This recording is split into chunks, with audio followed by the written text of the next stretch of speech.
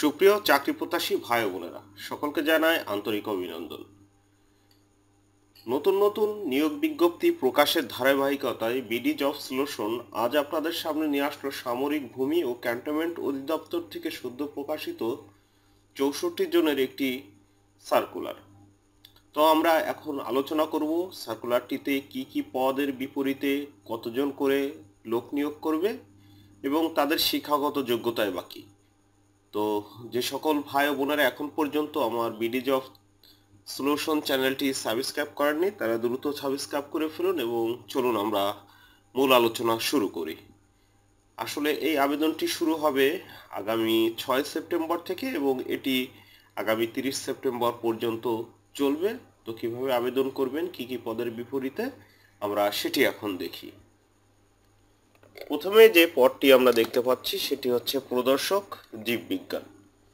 তারা এখানে জানিয়েছে এখানে সর্বমোট 2টি পদ খালি আছে এবং তারা বেতন স্কেল জানিয়েছে 10ম গ্রেডের বেতন স্কেল থেকে শুরু হবে এবং স্বীকৃত বিশ্ববিদ্যালয় হতে উদ্ভিদ প্রাণী অর্থাৎ উদ্ভিদ অথবা প্রাণী বিজ্ঞানে আপনার ন্যূনতম 2.25 সিজিপিএ সহ স্নাতক অথবা স্নাতক ডিগ্রি সমমান থাকতে হবে, তবে আপনি প্রদর্শক জীববিজ্ঞান পদটিতে আবেদনের যোগ্য বলে বিবেচিত হবেন।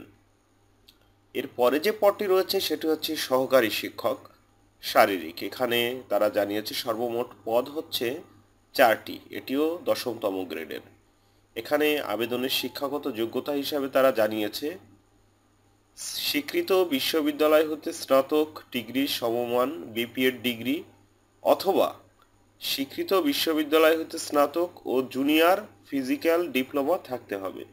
সমগ্র শিক্ষা জীবনে একটির বেশি 2 জিপিএ অথবা 2.25 সিজিপিএর নিচে গ্রহণযোগ্য নয়। এরপরে যে পদটি রয়েছে সেটি হচ্ছে জুনিয়র শিক্ষক শারীরিক শিক্ষা। এটি 11তম গ্রেডের এবং তারা জানিয়েছে যে স্বীকৃত বিশ্ববিদ্যালয় হতে স্নাতক ডিগ্রি সমমান বিপিএড ডিগ্রি অথবা স্বীকৃত বিশ্ববিদ্যালয় হতে স্নাতক ও জুনিয়র ফিজিক্যাল ডিপ্লোমা থাকতে হবে। সমগ্র শিক্ষা জীবনে একটির বেশি 2.5 জিপিএ বা 2.25 সিজিপিএর নিচে গ্রহণযোগ্য নয়। এবং 4 নম্বরে যে পদটি রয়েছে সেটি হচ্ছে জুনিয়র শিক্ষক ইসলাম ও নৈতিক শিক্ষা। এখানে পদ সংখ্যা 60টি, এটিও 11তম গ্রেডের। তো তারা জানিয়েছে যে ফাজিল অথবা সমমানের ডিগ্রি থাকতে হবে।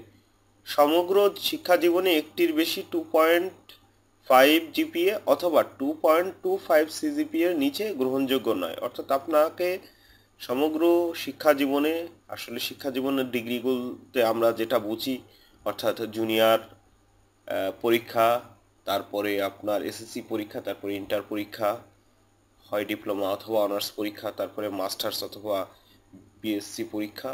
তো এই সমগ্র পরীক্ষার ভিতরে আপনার একটির বেশি পরীক্ষায় যদি আপনি 2.5 জিপিএ এবং সিজিপিএর পরীক্ষাগুলোয় 2.25 নিচে পান তাহলে আপনি আবেদনের অযোগ্য হিসাবে বিবেচিত হবেন। তো আমরা সর্বশেষ যে পদ, সেই সর্বশেষ পদটিতে আমরা এখন যাব। সেটি হচ্ছে জুনিয়র শিক্ষক।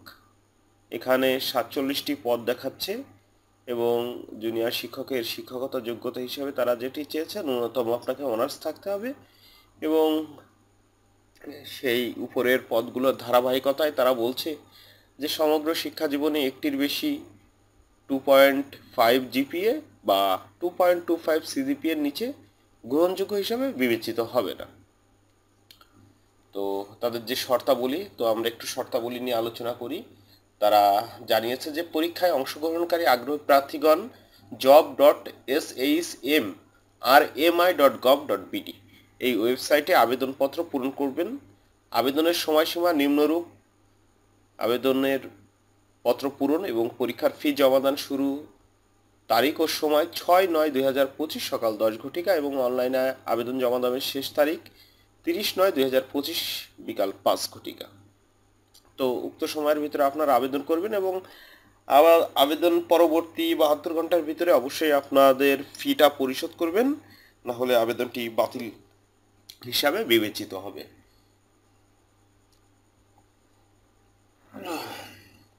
তারা আবেদন ফি হিসাবে জানিয়েছে 1 এবং 2 নম্বর পদের জন্য 200 টাকা এবং 3 থেকে 5 নম্বর পদের জন্য 150 টাকা করে আপনাকে আবেদন ফি প্রদান করতে হবে।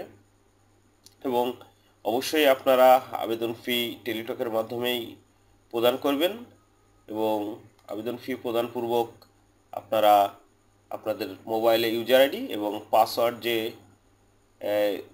আসবে SMS এর মাধ্যমে সেটি আপনারা ভালো করে সংরক্ষণ করবেন। আবেদন করতে গেলে তাদের যে কিছু নিয়মকানুন আছে আমরা চলুন দেখে আসি যে তাদের নিয়মকানুন কীভাবে।